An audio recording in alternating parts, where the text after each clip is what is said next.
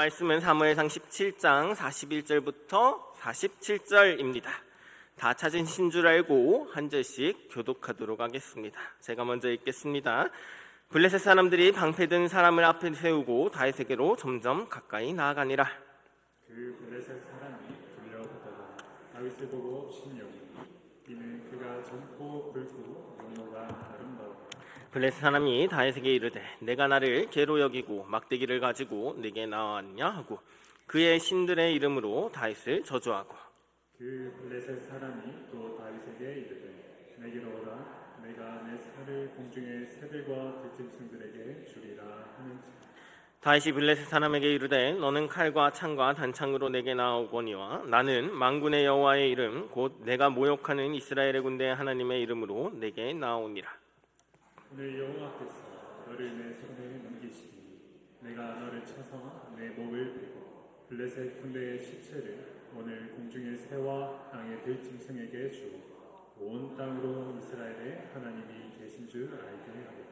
함께 읽겠습니다. 또 여호와의 구원하심이 칼과 창고에 있지 아니하고 이 무리에게 함께 하리라.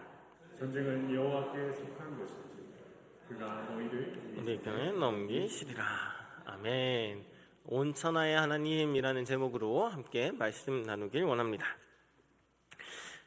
오늘 본문은 다윗과 골리앗 스토리입니다. 약자가 승리하는 대표적인 언더독 서사라고 합니다. 약자, 비주류인 언더독이 강력한 이 탑독을 이기면 우리는 강한 카타르시스를 느낍니다. 예를 들어서 2006년에 의성에서 방과후 활동으로 시작했습니다. 주변에 놀 것이 없어서 운동부를 만들었습니다. 재밌겠다 싶어서 동아리에 들어왔습니다. 언니가 놓고 간 물건을 전달해 주려 왔다가 얼떨결에 시작했습니다. 운동을 하다가도 농기구를 잡고 부모님의 농사를 도왔습니다. 주류 도시도 아니었고 주류 운동도 아니었습니다. 의성 여중, 의성 여고를 거친 선후배, 동네 여학생들이 방과후 활동으로 시작한 팀킴은 그렇게 컬링을 시작했습니다. 그들은 2018년 평창올림픽에 진출합니다. 4강까지 올라간 팀킴은 세계 제1의 팀 중 하나인 일본 팀과 맞붙습니다. 온 가족이 컬링 출신인 컬링 가족, 5살 때부터 컬링에 입문한 베테랑, 일본 컬링의 황금 세대라고 불리고 심지어 천재 컬링 선수라는 이 별명이 붙은 선수들. 특히 팀킴은 예선에서 일본에게 5대7로 역전패 당한 전적이 있었습니다. 다윗과 골리앗처럼 보이는 상황에서 컬링 4강이 시작됩니다. 역전에 역전을 거치면서 이제 어느새 다가온 마지막. 일본은 이미 이긴 듯이 웃고 있습니다. 실수하면 이제 지는 순간입니다. 그때 이제 들려오는 소리. 영미! 영미! 날 기억하셔요? 그렇게 일본을 이기고 대한민국이 결승에 진출합니다. 이처럼 우리는 언더독이 탑독을 이기는 언더독 스토리를 너무 좋아합니다. 오늘 본문은 사실은 교회에 다니지 않는 사람들도 모두 다 아는 이야기입니다. 그래서 이야기를 설명하기도 너무나 민망한 본문입니다. 나약한 양치기가 강대한 군인을 이기는 전형적인 언더독 수사입니다. 그래서 어린아이들도 너무 사랑하는 이야기입니다. 내가 다윗이 되어서 골리앗을 무찌르면 얼마나 짜릿하겠습니까? 하나님의 이름을 가지고 나아갔는데 승리를 하면 이 얼마나 기쁜 간증거리가 될까요? 그렇게 한 소년은 교회에서 들은 대로 하나님의 이름을 가지고 나아갑니다. 친구를 왕따시키고 괴롭히고 때리는 그들에게 말합니다. 멈추라, 중지하라. 친구를 괴롭히는 것은 악한 일이니라. 너희가 그리 행하다가는 큰 화를 입을지니라. 그러므로 너희는 이제 친구를 괴롭히지 말고 각기 자리로 돌아가라. 소년이 아주 용기를 내서 친구들에게 외쳤습니다. 그리고 모두가 놀래서 멈췄습니다. 친구들은 당황하며 자신이 한 행동을 돌아보게 되었습니다. 소년의 진심 어린 외침이 그들의 마음을 움직였습니다. 결국 친구들은 소년의 말을 듣고 자신의 잘못을 깨닫고 서로에게 사과하며 화해하게 되었습니다. 소년의 용기 있는 행동은 학교 전체에 긍정적인 변화를 가져왔고 모두가 서로 존중하고 배려하는 분위기를 형성했습니다. 이렇게 되면 참 좋았겠지만 현실은 달랐습니다. 이제 그들이 얘기하는 거죠. 네가 누구이기에 이런 말을 하느냐? 내가 이제 알았도다. 이제 내가 결심하노니 그만하고 너를 괴롭히리라. 분명히 다윗처럼 하나님의 이름으로 나아갔지요. 그런데 결과는 그렇게 용기 있게 나선 친구가 새로운 왕따가 되었습니다. 다윗처럼 하나님의 이름으로 나아갔는데 왜 이렇게 되었을까요? 사실 생각해보면 너무나 이상한 본문임을 알 수 있습니다. 하나님의 이름으로 나아갔지만 생긴 그 실패가 우리의 각자의 삶에 분명히 있습니다. 분명히 골리앗이 져야 하는데 현실은 내가 지고 있습니다. 또 하나님의 이름으로 생긴 문제들도 있습니다. 하나님의 이름으로 집행한 마녀재판, 여호와의 이름으로 싸웠던 십자군, 주님의 이름으로 집행한 노예제도, 하나님의 이름으로 개발하다가 생겼던 환경오염, 이 모든 것이 하나님의 이름으로 나아간 결과입니다. 사실 오늘 본문은 하나님의 이름으로 나아가라고 말하지 않습니다.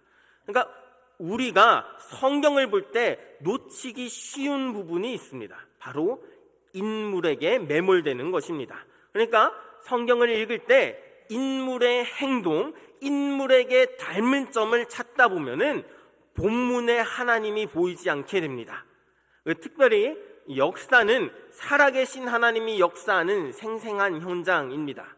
그러니까 다른 종교에서는 내적인 성찰이나 자연을 통해서 신을 파악하려고 하지만 역사 안에서 하나님이 주님의 백성을 위해 어떤 구원 행위를 하셨는지, 어떤 심판 행위를 하셨는지를 살펴보아야만 하나님이 어떤 분이신지 이해할 수 있습니다. 그래서 성경을 볼 때 무엇보다 중요한 것은 인물의 행적이나 혹은 흥망성쇠보다 더 중요한 것은 그 역사를 다루시는 하나님의 손길입니다.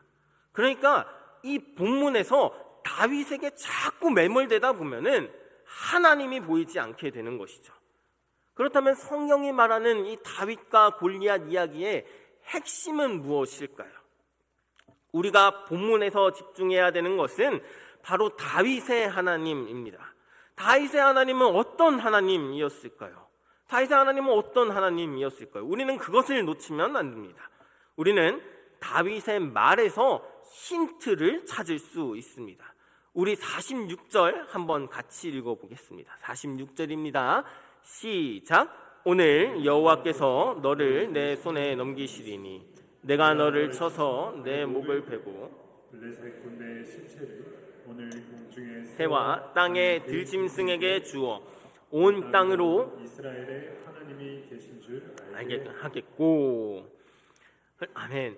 오늘 본문은 여호와의 이름으로 싸우면 이길 것이다, 이렇게 얘기하지 않습니다. 뭐라고 얘기해요? 이 사건을 통해서 누가 드러난다고요? 이스라엘의 하나님이 드러난다고 얘기하는 거죠. 사사시대부터 해변민족이었던 블레셋은 호시탐탐 이스라엘을 통해 내륙에 진출하려고 했습니다. 그러니 이스라엘에게 블레셋은 늘 눈엣가시 같은 존재이지요. 하지만 하나님은 그들을 이스라엘 곁에 두어서 때로는 불신앙에 대한 징계의 도구로, 때로는 믿음을 일깨우는 연단의 도구로 사용합니다. 지금 오늘 본문은 하나님께 버림받은 왕 사울과 함께 새롭게 이스라엘 왕으로 선택받은 다윗이 처음으로 같이 맞이하는 전투입니다. 블레셋과의 대치 중 블레셋의 장수 거인 골리앗이 싸움을 걸어옵니다. 고대 세계에서 전쟁은 오늘날의 전쟁과는 많이 달랐습니다. 오늘날 같으면 기습작전으로 상대방의 허를 찌르고 무력화하며 제압했을 텐데, 먼저 고대 세계에서는 기싸움부터 시작합니다. 기싸움. 1대1 대표로 일본식 표현을 하면 일기토를 하는 거죠. 1대1로 대표전을 먼저 해서 군대의 힘을 가늠했고요, 신의 힘을 확인했습니다. 그러니까 이 일기토에서 대표전에서 1대1 여기서 지게 되면 우리의 신이 우리를 버렸다라는 뜻이 되는 겁니다. 그러니까 사기가 떨어지고 큰 혼란이 발생하는 거죠. 그래서 1대1 싸움에서 진다는 것은 너무너무 중요했습니다. 그러니 지지 않기 위해서라도 1대1로 싸우지 않는 것이 현명했던 것이죠. 그러니까 골리앗이 40일 동안이나 나와서 조롱하는데 아무도 나서지 못하고 수모를 당합니다. 이스라엘 중에는 그와 맞설 사람도 없고요, 무기도 없습니다. 골리앗에 대한 자세한 묘사가 나옵니다. 골리앗에 대한 자세한 묘사는 사울과 이스라엘 군대가 무엇을 두려워하고 동시에 무엇을 부러워하는지를 보여줍니다. 그러니까 열방과 같은 강력한 힘을 추구하던 이스라엘은 그들보다 더 강한 장수의 등장 앞에 압도합니다. 이스라엘이 하나님보다 더 의지하는 것이 있었고요, 하나님보다 더 부러워하는 것이 있습니다. 무엇입니까? 큰 키, 좋은 무기, 단단한 갑옷입니다. 그러니까 강한 힘이 자신들을 부유하게 만들고 강력한 군사력이 자신들을 보호할 것이라고 생각했습니다. 그러니 더 큰 힘 앞에서 무너집니다. 다른 사람보다 어깨 위나 더 큰 사울도 겁에 질린 채 숨어 있었습니다. 하나님의 음성을 무시하고 스스로 왕 노릇하려던 인생의 초라한 자화상입니다. 방법을 강구하던 사울이 내놓은 궁여지책은 보상입니다. 보상. 하나님이 눈에 보이지 않는 순간입니다.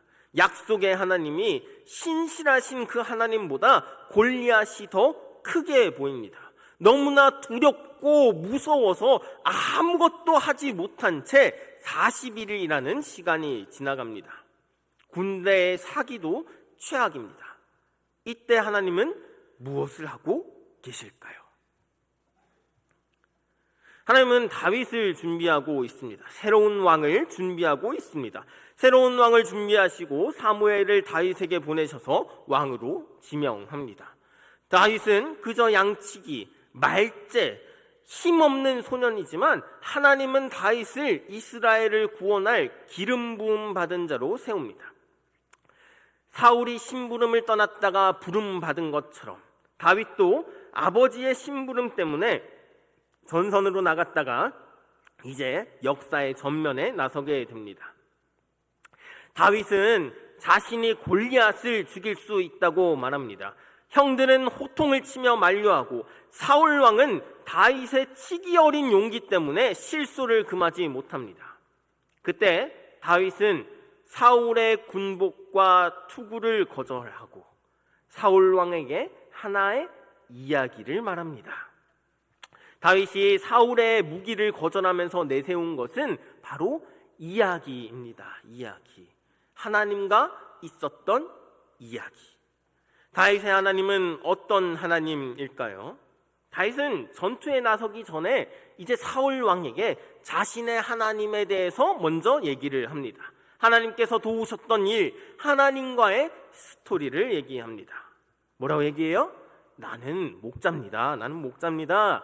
사자나 곰이 나타나서 양새끼 한 마리라도 물어가면 나는 그놈을 쳐 아가리에서 새끼 양을 빼내곤 했습니다. 이렇게 사자도 죽이고 곰도 죽였습니다. 사자와 곰으로부터 저를 살리신 여호와께서 저 블레셋 놈에게도 저를 살려낼 것입니다. 이렇게 얘기합니다. 다윗은 자신이 목자였다고 얘기합니다. 사자나 곰의 아가리 앞에서도 하나님께서 새끼 양과 자신을 보호하셨다고 말합니다. 그렇게 다윗은 골리앗 앞으로 나아갑니다. 지금부터 45절부터 제가 다른 역본으로 한번 읽어볼 텐데 한번 눈으로 이렇게 본문을 보시면서 한번 따라와 보겠습니다. 네가 칼을 차고 창과 단창을 잡고 나왔다만 나는 만군의 여호와의 이름을 믿고 나왔다. 네가 욕지거리를 퍼붓는 이스라엘 군대의 하나님의 이름을 믿고 나왔다. 오늘 여호와께서 너를 내 손아귀에 넣어주셨다. 나야말로 내 놈을 쳐서 목을 떨어뜨리고 내 시체와 블레셋 전군의 시체를 하늘의 새와 들짐승의 밥으로 만들어 주리라. 그리하여 이스라엘이 모시는 하나님이 어떤 분인지 천하에 알리리라. 여기에 모인 사람들은 이제 여호와께서는 칼이나 창 따위를 써서 구원하는 것이 아니라는 사실을 알게 되리라. 여호와께서 몸소 싸우시어 내 놈들을 우리의 손에 넘겨주실 것이다. 그러니까 뭐예요? 다윗과 골리앗 사건은 하나님이 어떤 분이신지 온 세상에 알게 하는 사건입니다. 여호와께서는 칼이나 창 따위를 써서 구원하는 것이 아니라 직접 몸소 싸우시어 승리케 하십니다. 그러니까 앞부분에 다윗이 말했던 하나님이 어떤 분이었어요? 선한 목자가 사자나 곰이 나타나면 새끼 양을 구하기 위해서 그들의 아가리를 찢어버리고 양을 지키는 것처럼 사자와 곰같이 이스라엘을 찢어버리려는 저 블레셋 앞에 누가 있다고 얘기하는 거예요? 선한 목자 되시는 누구요? 하나님이 계신다고 얘기하는 거예요. 그 하나님께서 블레셋 앞에 있는 이스라엘을 구하기 위해 나서십니다. 하나님께서 이스라엘을 블레셋의 위험 앞에서 구원하십니다. 그렇게 무명의 목동이었던 다윗이 백성의 기대와 환호, 사울의 경계 속에서 이제 역사의 전면에 등장하게 됩니다. 그러니까 오늘 본문은 언더독의 승리 이야기, 주님의 이름으로 나아가자는 이야기가 아니라 선한 목자 되시는 그 하나님을 나타냅니다.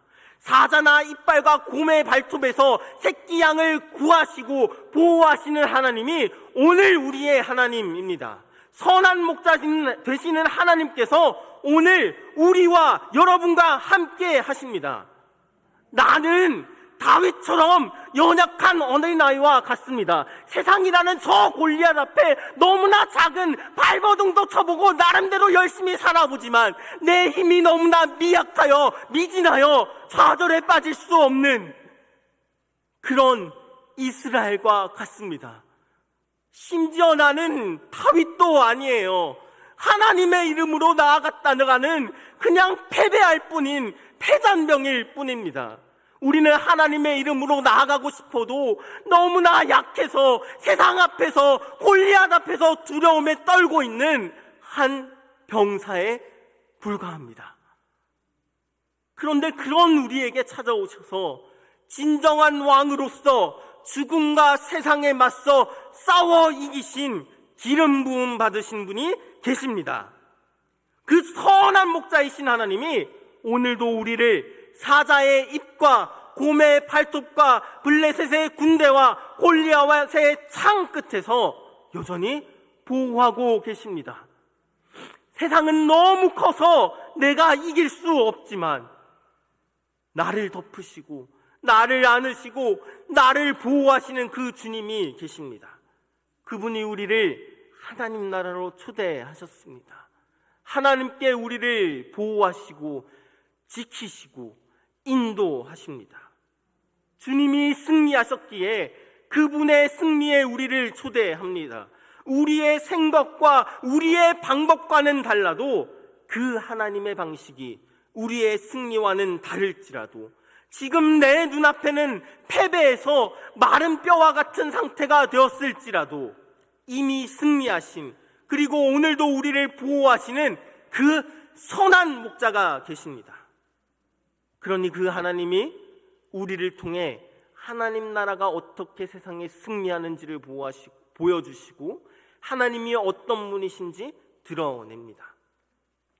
골리앗 앞에, 세상 앞에, 시험 앞에 두려워 떠는 나에게 다윗과 같은 분이 있습니다.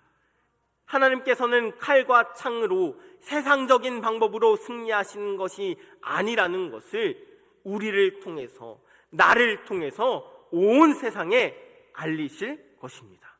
그렇게 우리의 삶을 통해서 하나님이 드러납니다.